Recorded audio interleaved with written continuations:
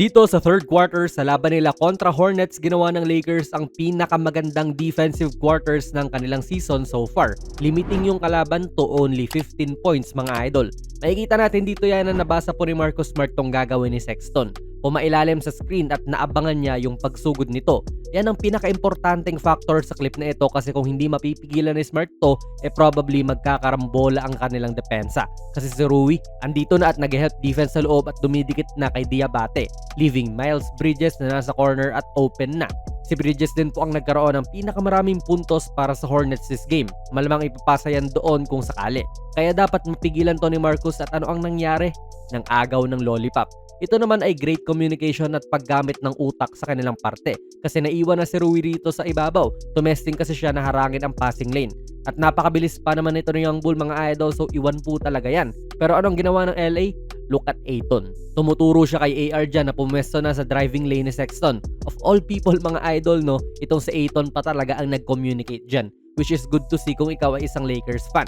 Actually, pwede naman si Ayton yung pumesto dyan kaso nga lang may iiwanan niya si Diabate at madadrop pasan din to kung sakali. Kaya parang kakaibang move rin yung si AR yung pumesto dyan at hindi si Ayton. Pero napakagandang decision. Very easy na charge call to, no questions asked. Actually ay nagkaroon po ng good defensive game si Rui sa laro na ito. Sa mga Laker fans dyan, kilala nyo naman po yan. Minsan parang tuod kumilos yan sa Rui pero rito, ayan nga siya at napigilan tong si Knuppel sa left wing. Siguro nagulat din to na biglang nang ganyan si Hachimura at nadulas siya. Naging jump ball to at nakuha pa ng LA yung bola. Nung kalaban nilang Hawks mga idol, hindi ganito Tignan nyo si Luka, good defense to sa kanya. Napilit niya na mag-change direction si Sexton dito at napaspin ng di oras kung saan handa naman mag-help si Smart doon sa kanyang pupuntahan. Nung last game nga nila kontra sa Hawks, only drive lang yung Atlanta nun kaya na bad trip din si Coach JJ. Kaya ang nangyari tuloy ay turnover at na-fumble ni Sexton yung bola dahil sa depensa. Talagang pinlansya ng LA yung mga gusot nila sa depensa dito at kita natin si Marcus na active talaga sa depensa as usual. Nakipagsabayan pa talaga rito ng talunan kay Bridges. Kung hindi niya natapik yan, malamang mapoposterize siya. Pero yan nga, ginawa niya pa rin anyway. Ito ang naging problema sa last game din ang kanilang transition defense at mas maganda na yan ngayon. Siguro ay decision na rin to ni Miles Bridges mga idol, no, pero benepisyo na rin sa Lakers yan. Na yung tinatao ni Luka ay hindi siya na beat off the dribble. May time pa para umatake si Bridges pero pinili na lang din niya na tirahan si Luka at na-contest niya po ito ng maayos. Good defensive possession na naman sa LA yan na hindi na-drivean si Luka tapos nakakabantay siya ng maganda rin.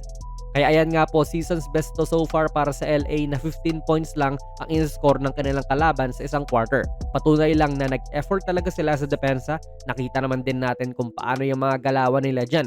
And even si Luka, no, na notorious ang pagiging mahina rito ay engage at nakakagawa ng stop kahit papaano, di ba?